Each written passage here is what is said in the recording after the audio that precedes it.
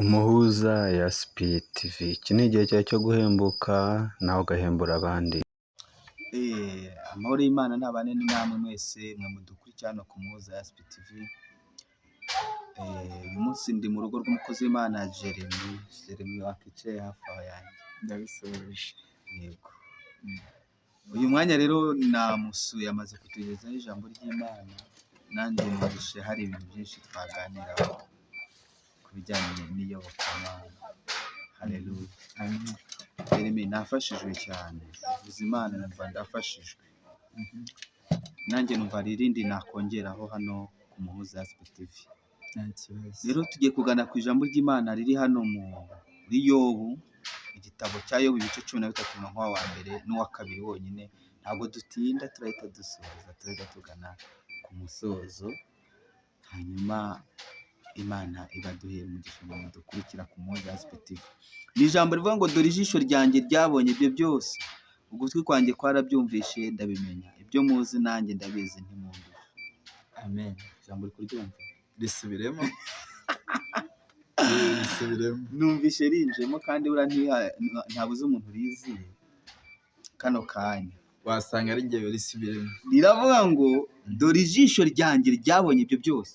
Amen. Ibyo nyine Ibyo nyine ubuzima ubwo buzima, byarabibonye, iyo myenda, byarabibonye, iyo keredi, byarabibonye, kubura minerivare, byarabibonye, kubura ubwishyu bw'inzu, byarabibonye, ubushomeri, byarabibonye, uburwayi budakira, byarabibonye, ubwambara busa, byose ngo ibyo muzi nanjye ndabizi ndetse ntimundusha kubimenya. ntimundusha kubimenya. Aya magambo rero Imana iyabwira Yobu, cyari igihe cyo kwiheba, cyari igihe yumvaga isi yamurangiriyeho, cyari igihe yumvaga asebye, kandi noneho n'ubusibe bwe bwagaragaraga umuntu wese.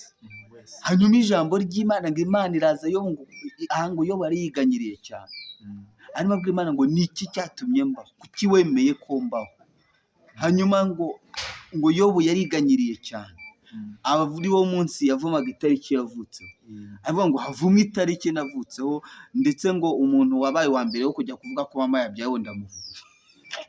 Ariko urumva icyo kigeragezo, gusharirirwa ukagira avuga ati umuntu wagiye avuga ngo runaka yabyaye umwana w'umuhungu, uwo nawe ndamuvumye. Ni ukuvuga ngo ikigezo cyamubanye cyinshi, cyamubanye kirekire. Rero aha rero ijambo ry'Imana ngo Imana yaraje ibwira Yobu, mu gihe ari kwibaza ubuzima niba ari kunyuramo Imana ibuzi, mu gihe ari kwibaza niba Imana imufiteho umugambi. Aha rero ngo ijambo ry'Imana, aya ni Imana yavuze, ndayasubiramo. Iyo yarivuze ngo dore ijisho ryanjye ryabonye ibyo byose, wibwire, utekereze, ijisho ryanjye ryabibonye. Ijisho ry'Imana mu yandi magambo ryabonye ukuntu ikigeragezo cyabaye kirekire, n'umugore we yashatse akamubwira ngo ariko iyo Mana wayihakanye ukitera. Amen. Ariko ibaze Yobu, ngewe igitabo iyo somye amateka ya Yobu ngira ubwoba, nkatinya Imana cyane. Ibaze Yobu aho ugeragezwa, ibyawe bigashira ukihangana, ntuvuge ngo Mana ngo kubigenje gutya, abana bagashira ukihangana, noneho uretse n'ibyo, ibyo ngibyo bikagenda n'umubiri we ukarwara. Yobu Bibiliya itubwira ko yishimye, inzara zivamo, afata urujyo akaba ari rwo ajya yishimisha. Urumva ikigeragezo gifite n'amahwa, cyari gishaririye. Sinzi n'ibyo twavuze mu kiganiro ijambo ry'ihumure mu gice cya mbere. Sinzi ko kuri uyu munsi iyi saha n'ino tariki hari umuntu wageragezwa byibura ngo agaragaze imbuto yo kwihangana nka Yobu. Ibaze urujyo ku bantu batazi urujyo, ku bana batoya b'iki gihe batazi urujyo. Urujyo ni igipande cy'inkono. Aho ya abajya ngo ni igipande cy'itora, ahubwo urujyo ni cya kintu babumba, ni ibumba, bakagikoramo inkono, urwabya, bakagikoramo inkono imwe batekamo nyine. Abakabona ntabwo bazi urujyo, ntabwo bazi urujyo. ubwo turafata nk'umufuniko w'isafuriya. Oya, urumva inkono, iyo bakora inkono bafata ibumba n'umucanga bakabivanga, ariko bakabiponda bigakomera. bakabumba inkono, bamara kwibumba bakayicanira igashya. Noneho iyo yamenetse ni nkuko bafata igipande cyayo, ikimene cyayo nicyo bita urujyo. Ibaze kuba wararwaye ibisebe ukishima inzara zigashiramo, hanyuma ukajya ufata icyo kiboro ukakishimisha.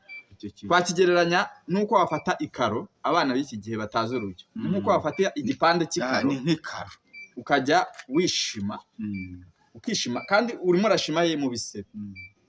Kuba yari yarwaye ibishyute, ibibyimba, umubiri uratonoka ubu ibisebe, inzara zivamo, afata urujyo akaba ari rwo ajya yishimisha. Wibaze, njye narabajije ngo ninde mu Kristo wa none w'inyamata, yaba uwo mu Bugesera cyangwa muri Ngoma cyangwa mu Majyepfo cyangwa mu Burengerazuba cyangwa mu mujyi wa Kigali, wahamagara ngo inzu ye runaka irahiye, ibyo ngibyo akabibyima amatwi. Bamubwira ngo umwana uri ku ishuri bunyanaka imodoka iramugonza agiye kuvoma, akabyima amatwi. Mu rugo umukozi cyangwa undi muntu n'umugore yamubwira ngo inzu yawe mu rugo irahiye, akabyima amatwi. Noneho nyuma y'ibyo ngibyo akanarwara. Ubu ngubu indwara iriho iteye ubwoba ni izi ndwara zitandura, imitima, kanseri. Ibaze nk'umukristo yarwaye kanseri, noneho akayirwara n'ibyo bindi byiwe, imitungo yiwe yagiye, agakomeza akavuga ngo Mana, ni wowe wandemeye mu nda ya mama, uko naje ku isi ntacyo nzanye, ni nako nzasubira mu nda y'isi ntacyo njyanye. Kandi akabivuga ntacyo ashingiyeho. Isaie, abakristo b'ino minsi, abantu b'ino minsi, twizeye ibyo tubona cyane. Wizeye inzu nziza, wizeye diplome yawe, wizeye isambu yawe cyangwa ikibanza. Muri ino minsi ni ikibanza, amasambu ntakiboneka henshi. Wizeye ifamu yawe, kumva ngo kimwe muri byo babibuze, urakomeza wizera Imana, uhamye Imana, uhamirize abandi Imana. Noneho ugeraho naho n'umugore wambitse impeta mugasezerana kubana mu bibi n'ibyiza, kubwira ngo ariko ubundi kubera iki watutse Imana, wayitutse ukipfira n'ubundi ko mbona nta kintu irimo iragusayidira. nawe ikintu bwarakimarira urugo, ubwo nta kintu arakimarira urugo, uretse n'urugo nawe ubwe nta kintu yari yimariye. Ntabwo rero byari byoroshye kuri yo, ariko ijambo riravuga ngo ibyo byose Ndabizi, uko yafashe urujyo akishima, uko abana be inzu yabagwiriye, uko amatungo ye yagiye, niba barayashimuse, niba barayibye, uko byagiye, ibyo byose ijambo ry'Imana ngo byarabibonye. ibyo muzi nanjye ndabizi, ibyo muzi n'Imana irabizi, ibyo uzi mu rugo rwawe, ibyo uzi mu buzima bwawe, nyine ibyo uzi n'Imana irabizi, irabizi. Amen. Iyo warangije ku muntu wa gatatu aravuga ngo ni ukuri ndashaka kuvugana n'ishobora byose, kandi ndifuza kwiburanira ku Mana. Ntabwo nshaka gutuma, ntabwo nshaka bansengera, nta rindi ivugabutumwa nkeneye. Ngiye ku giti cyanjye ndashaka kwibonana n'ishobora byose, nkayibwira ibi biri kumbaho, irabizi ubu.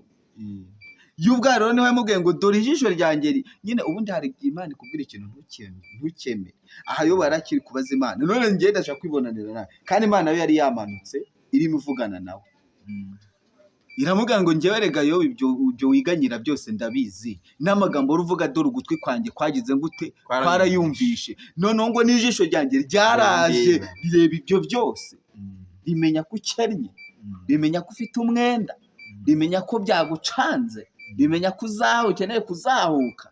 Ibyo uzi rero njye ndabizi kukurusha. Uzi ko iri jambo rije ngahita nkira.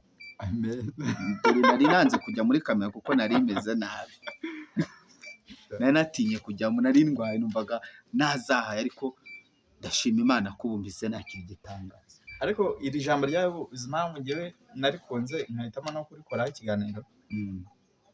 Bibaze ngo Imana yari yaravuze kuri Yobu kera. Yobu ahantu atanazi, ibwira Satani ngo uzatware, ariko Yobu ubugingo bwe tasiyo ndabukwiye. Impamvu rero ntekereza ko ari impamvu Imana amusubizaga ngo ibyo ngibyo ndabizi, nuko hari ijambo yari yaramuvuzeho.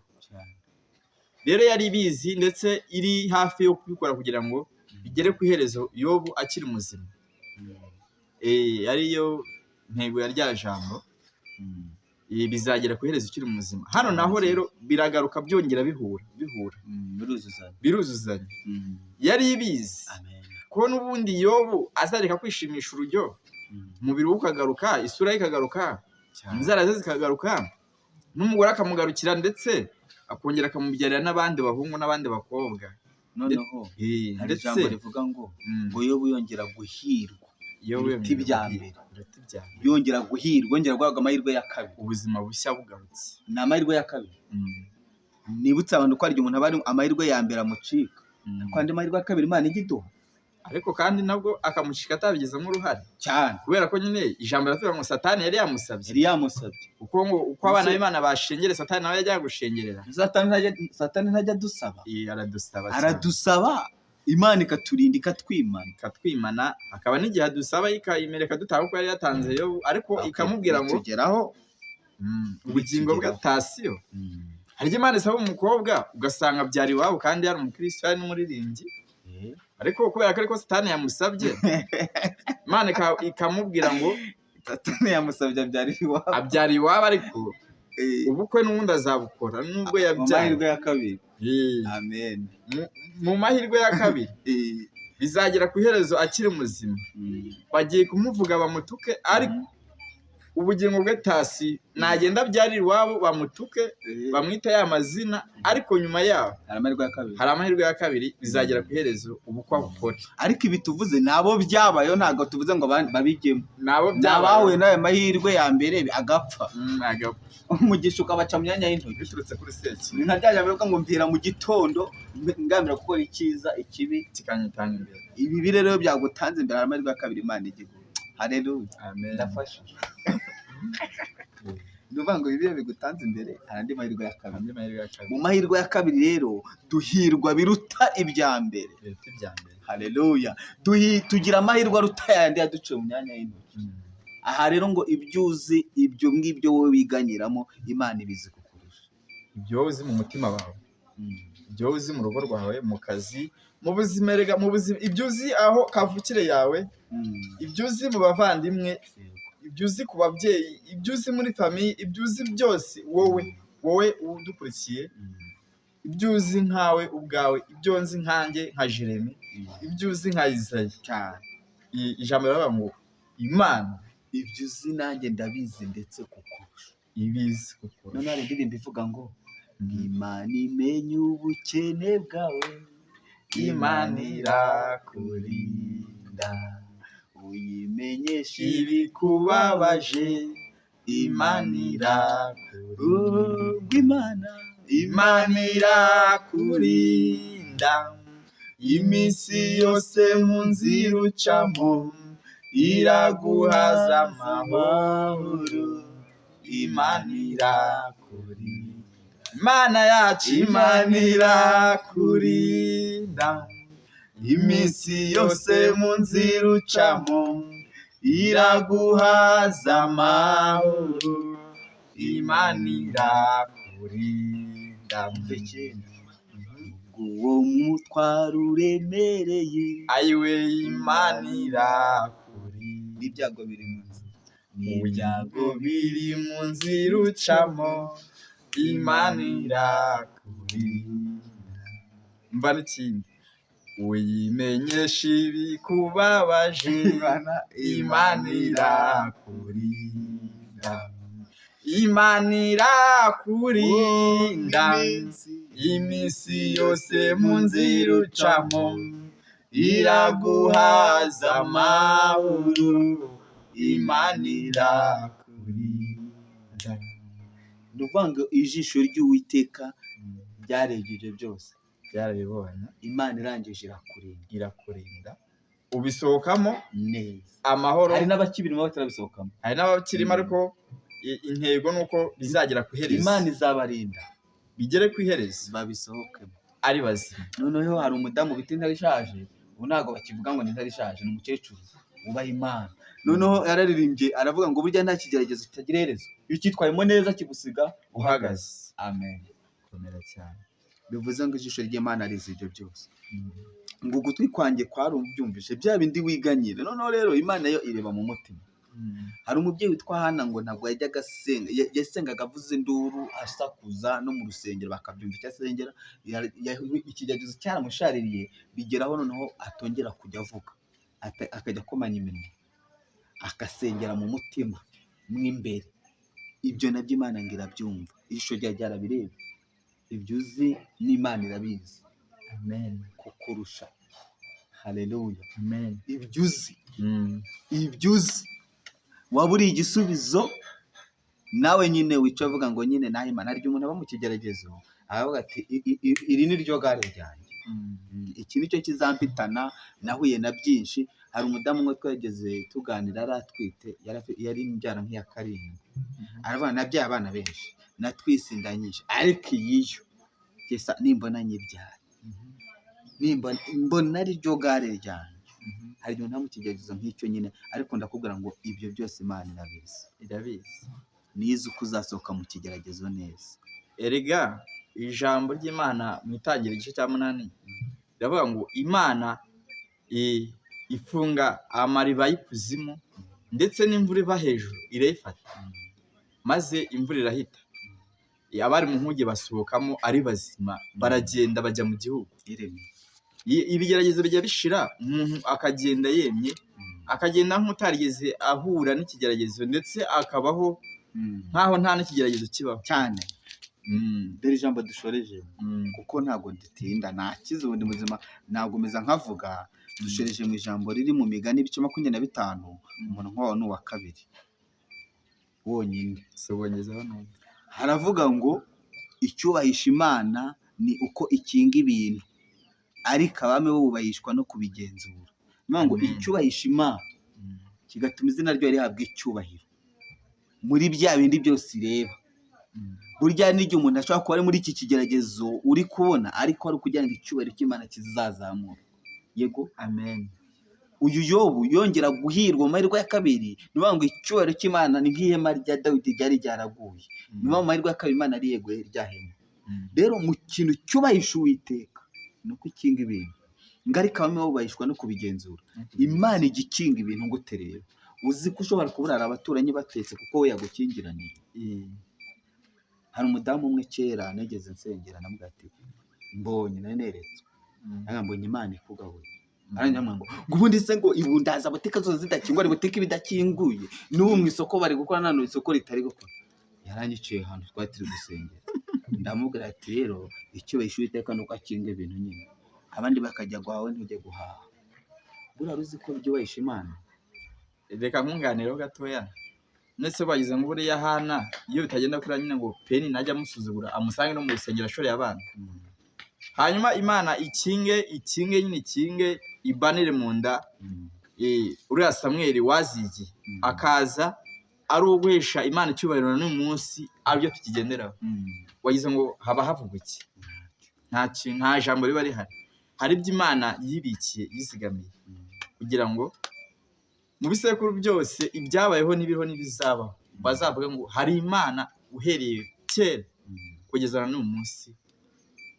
Yaba ibyanditswe yaba n'ibyabaza bakiriho, Imana irakora bikagaragara. Amen. Kandi bivuga ngo abayo yabamenye kera cyane. Rero teme y'uyu mwanya no kuvuga ngo yiri jambo ibyuzi Imana nayo irabizi. Amen. Ntabwo gutwi kw'Imana kwapfuye inanirwe kumva, nta nubwo amaboko ye yavuye ngo inanirwe gukora, ahubwo icyubahisha Uwiteka nuko akinga ibintu. Bivuze ngo iki ni igihe cyo gukingura umugisha ku bantu b'Imana. Amen. Kandi urabona abantu bose ntawe ugifite ibyiringiro. Njyewe nsigaye mbona abantu barashaririwe. Abantu barashaririwe kubera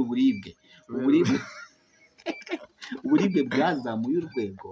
Abantu barasharirirwa hahandi umuntu ushobora kumubwira ati senga se navuye iwanjye ndasenze, muri mu rusengero kubera umusozi. Urumva hano twari turi umuntu ari mu buribwe turi kwibwirana nyine kwa musengero avuga ati kuri abona musengero ajya batanga mikoro ngo mubaye mikoro batwibwira aho baturutse, wowe bagiye kuba mikoro aricara baravuga ati noneho njye nanicaranye nawe agataguruka bakugezeho ngo ndabibwira se ni Imana, ndabibwira se nase avuga ati mbega umusozi we nta kitagira iherezo. Ibyuzi Imana irabizi, ugutwi kwayo kwarabyumvisha. n'amaso y'Imana yarabibonye. yarabibonye. Rero iki ni igihe cyo gukora ku Uwiteka. Nubwo nta nzira zihari, Imana igiye guca inzira. Turi muri rya jambo rya Yosefu, Bizagera ku iherezo kiri muzima. bizagererezo umuntu akiri muzima, Akiri muzima. ntaho yagiye. Ntaho yagiye. Mu yandi magambo, isezerano ry'Imana tuzarigeraho tugowe, ariko turigereho. Bizatugora ariko tubigereho. Arega naje kubikurikirana neza asanga hari abantu bajya bavuga ngo iby'Imana birya uwarambije. Uwarambiwe yataye. Amen. Amen. Iyo urambiwe nyine kwaheri ibyo si ibyawe, ariko iyo ushoboye kurwana ugashikama, Yosefu ntashiturwe n'uburanga bwa Potifari. Bwa muka Potifari. Yes.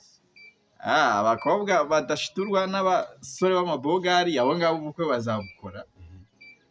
Abasore nabo badashiturwa na bya bindi abakobwa bisiga hano bazubaka.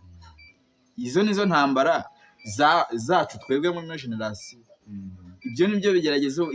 Iyo niyo focus igomba gufokasingaho, tukarwana tukanesha. Kuko Yosefu ibyo byararangiye, hariho ibyacu, ariko bishobokera ubyihanganira akabicamo neza, bizamugeza ku iherezo atambagizwe nk'uko Morodekayi yatambagijwe n'uwari ugiye kumumanika. Amen. Amen. Imana ishimwe. Rero turashoje ikiganiro kwa dufite ijambo, kwa dufite no kuvuga ngo ibyuzi Imana nayo irabizi. Ugutwi kw'Imana ntabwo kwapfuye ngo inanirwe kumva, ahubwo ibyuzi Imana irabizi. Ngo dore ijisho ryanjye ryarebye ibyo byose, ugutwi kwanjye kurangije kurabyumva.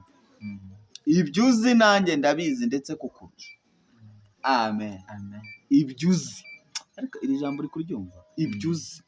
Hari igihe umuntu avuga ati njyewe bitewe, akisobanura wikisobanura cyane. Ibyuzi Imana ibizi kukurusha. Hari umugabo umwe ngo yigeze aza kwisobanura imbere y'Imana, ngo nyine igihe Dawidi yagiye kugira neza Mefibosheti, ngo nyine ngo karahari, ngo kabiyo ngiyo, ngo kamugaye ibirenge, ngo Irodebari yo kwa Makiri niyo katagangariye, urebye kabaye na debire. Icyo nsaba ni ukumenya ngo aracyariho. Ubundi dukunda Imana, ibyuzi nayo irabizi. Amen. Icyo shaka ni ukumenya ngo aracyariho, ndamubona. Mugirire neza. Uwo mwana nawe ngo aza afite ubwoba, ahinda imishyitsi, ariko kuko igihe cyari kigeze ngo bigere ku iherezo akiri muzima, isaha yari igeze ngo umwami Dawidi aze kumwishakira akiri muzima, amugirire neza ku bwa se Yonatani. Amen. Urumva ijambo ry'ihumure cyane. Rero turashoje ku bantu bari badukurikirana ku YASIPI, tunababwira ngo bajye bakunda kudukurikirana. Niyo nkunga cyane tubasaba. Hari n'abantu bajya bareba ikiganiro kikarinda kirangira batarakora subscribe, batarakora na like, nta na comment. Wumva hari ikintu ku ijambo ry'Imana, nawe hari n'igihe ushobora kuba wicana kuvuga ati nanjye numva nshaka kujya kuri kamera nkavuga Imana, kuko iki ni igihe cyo kuvuga Imana. Nubwo abantu bavuna ibiti mu matwi, ariko iki ni igihe cyo kuvuga Imana. Hari indirimbo kera twabaga turirimba muri cyaro, tuba muri korari, ivuga ngo senga Imana yawe ugifite umwanya, isi irahindutse ntabwo izongera, ejo utazavuga ngo ntiwumvise, ejo utazavuga ngo ntiwumvise.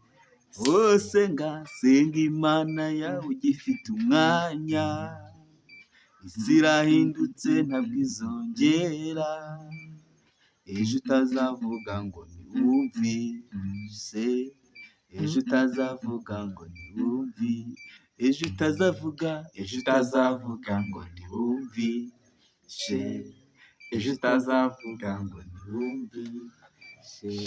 Amen. Senga Imana ugifite umwanya, umva ijambo ry'Imana ugifite umwanya, vuga Imana ugifite umwanya, hanura ugifite umwanya, ereka ugifite umwanya, kora ibyo ukora ugifite umwanya. Ejo utazagera imbere y'Imana ukavuga ngo ariko buriya njye ntabyo numvishe. Imana izahita ivuga ati ariko buriya hari channel yitwa UMUHUZA wumvise nta kintu wayikozeho. Kandi ijambo ryaje nawe ryari ryaziye, kandi baranayisacingaga, barayirebaga, turayibonaga. Rero senga Imana ugifite. Hasi y'ijuru riri kuri iyi channel twisobanure, ariko hariho ibintu byakugeza ku Mana. Amen. By'iyobokamana.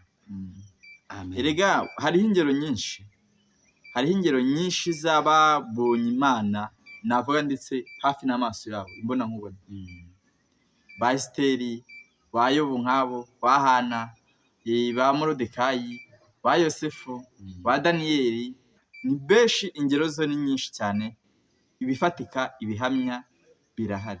Amen. Rero ngiye kongera gusenga Imana, nsengera abantu bose bari kwibaza se ijisho ryanjye Imana iburi Imana ibyanjye irabizi.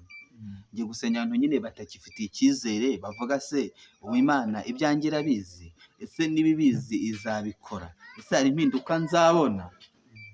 Ariko haracyari ibyiringiro by'uko igiti gitemwe cyongera kigashibuka. Rero Imana ibaha umugisha. Mana, tusengeye ubwoko bwawe. Ijambo rya ryanambwiye mu ngoma ngo maze abantu banjye nibicisha bugufi bagasenga bagahindukira bakareka ingeso zabo mbi, nanjye nzumva mbababarire mbakirize igihugu. Sengera abantu barushye bari mu bibazo nk'ibyo Yobu yari arimo. Abantu muri iyi minsi bararushye, ndetse abantu ntibagisenga uko bikwiye kubera umusozi wababanye muremure, ariko turabasengeye kugira ngo wongere imbaraga mu bantu bawe. Uyu mwanya turi mu ijambo rivuga ngo ijisho ryawe ryabonye ibyo byose. Ndagira ngo hari abantu benshi bari bayibaza nibe ubazi. Hari umuntu ushaka kuvuga ngo suba Imana iranzi, ese niba inzi ubuzima bwanjye bwahinduka, ese icyerekezo cy'ubuzima bwanjye cyahinduka. Uyu mwanya ndabasengera ngo bagirire neza abari bihebye, abari bacitse intege, ubaha umugisha wawe, wagura imbago zabo, bizinesi, abafite akazi ka leta, abikorera, ndetse Mwami Imana n'abadafite akazi, abashomera, abo ndabasengera ngo nabo babone ukuboko kwawe mu gihe bakimara kumvira ijambo ryawe, kandi n'abacitse intege bazindi imbaraga bagaruke. Hanyuma rero dusengera abari mu nzu z'imbohe, dusengera abari kwa muganga, abo ngabo ijisho ryawe ribarebe maze rigire icyo ribakoraho mu izina rya Yesu. Amen. Imana ibahe umugisha mwebwe mwari mudukurikiye ku Muhuza YASIPI TV. Ndashaka kugukoresha rero ukagenda ukankupira kamera, kubera ko ngewe ntabwo imbaraga ziraza. Ndashaka kukwigisha ukajya ubikora byose hahandi. Haleluya. Rero dushimye Imana. Uyu ni umuhanzi, ariko uzi ko nane bajya kubwana ko uri n'umuhanzi. Bwije Ntabwo uri kubona neza, ariko uyu ni umuhanzi. iyi ndiba, ariko bazajye ku Muhuza YASIPI TV basacinge, bazabona ibiganiro byanjye. Hariho igice cya mbere cy'ijambo ry'ihumure cyangwa se ijambo ribeshaho, n'igice cya kabiri, hariho n'igice cya gatatu cy'ijambo. Bizagera ku iherezo ukiri muzima, bazamenya neza indirimbo zanjye. Amen. Imana yagucyubahiro. Karibu rero genda umuhagarikire, Imana ikumpere umugisha.